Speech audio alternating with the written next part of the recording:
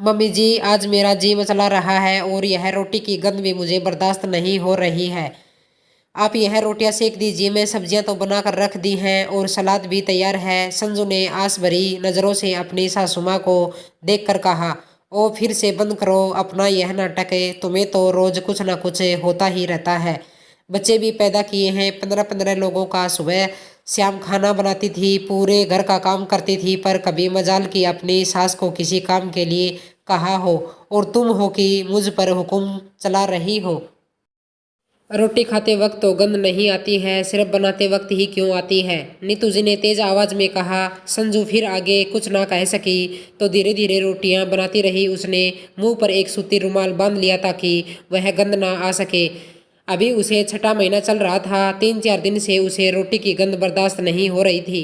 शरीर का वजन भी बढ़ता जा रहा था। गर्भवती महिलाओं को सिर्फ काम ही करना चाहिए ताकि बच्चा स्वस्थ हो, ऐसा नीतू जी का मानना था। पर वह ये कभी नहीं कहती थी कि थोड़ी थकान महसूस हो तो थोड़ा आराम भी कर लेना चाहिए। यह तो संजू घर के सारे काम करती थी, बस एक बाई झाड़ू पोछा के लिए आई थी, सुबह सुबह करके जाती थी। उसके अलावा भी घर में 100 काम होते हैं। संजू के सास ससुर पति देव के अलावा एक ननद भी है जो अभी कॉलेज की पढ़ाई कर रही है। कॉलेज पूरा होते ही वह उसकी शादी कर देना चाहती है। सुबह की चाय नाश्ते टिफिन लंच तक सारा काम संजू के लिए ही रहता था। फिर कपड़े सुखाने से लेकर उन्हें प्रेस करने की जिम्मेदारी उसी की होती थी। शाम की चाय स्नैक्स से लेकर रात का खाना और बर्तन तक वह खुद ही करती थी। सारा काम अकेले करके और खड़े रहकर उसके पैरों में सूजन आ गई थी। संजू की ननद सोनिका भी उसकी हम उम्र की थी। संजू की मम्मी पापा की मृत्यु एक सड़क दुर्घटना में हो गई थी तो उसकी चाची ने उसकी जल्दी ही शादी कर दी थी ताकि ज़्यादा पढ़ाई लिखाई नहीं करवानी पड़े और उनका पैसा भी बच जाए। संजू ऐसी अवस्था में बड़ी ही परेशान रहने लगी थी। पति को उसकी बात सुनने की फुर्सत नहीं थी। वह अपनी मम्मी के खिलाफ कुछ सुनना भी नहीं चाहता था। वह अपनी परेशानी आखिर किसे बताती? उसकी चाची भी कम ही बात करती थी। एक दिन दोपहर को वह रसोई में काम कर रही थी तो थकान और दर्द के मारे उसके आंसू ही निकल गई। जब उसकी ननद सोनिका ने देखा तो उसने पूछ लिया, भाभी आप रो क्यों रहे हो? आपको कोई तकलीफ है क्या? उस दिन संजू सारी बातें फूट पड़ी। उसने अपनी सारी तकलीफ सोनिका को बता दी। सोनिका को यह सब सुनकर बहुत दुख हुआ। वह ज़्यादातर अपनी पढ़ाई और सहेलियों में व्यस्त रहती थी और जब भी घर पर रहती तो नीतू जी संजू के साथ प्यार से बात करती थी। अगले दिन सोनिका कॉलेज नहीं गई और सर दर्द का बहाना लेकर लेट गई। नीतू जी ने पूरा घर सर पर उठा लिया क्योंकि उनकी बेटी के सिर में दर्द जो हो रहा था। मम्मी आप इतनी परेशान क्यों हो रहे हो? आखिर सर दर्द ही तो हो रहा है।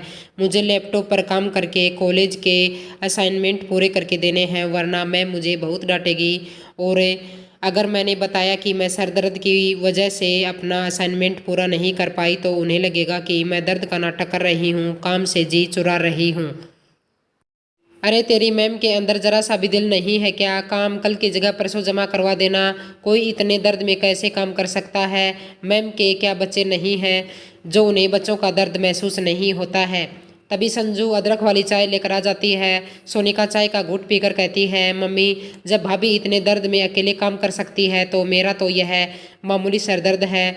हमारी मैम के पास तो दिल नहीं है पर आपके पास तो दिल है जो मेरी छोटी सी बीमारी में पिघल गई।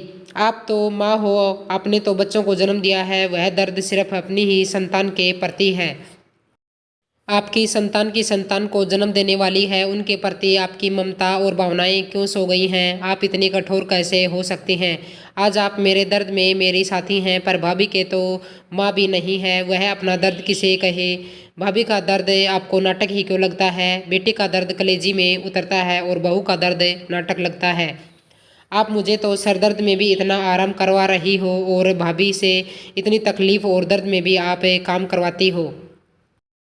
उनकी जरा सी भी मदद नहीं करती हो। कल को मेरी सास भी मेरे साथ ऐसा ही व्यवहार करेगी तो आपको कितना दुख होगा।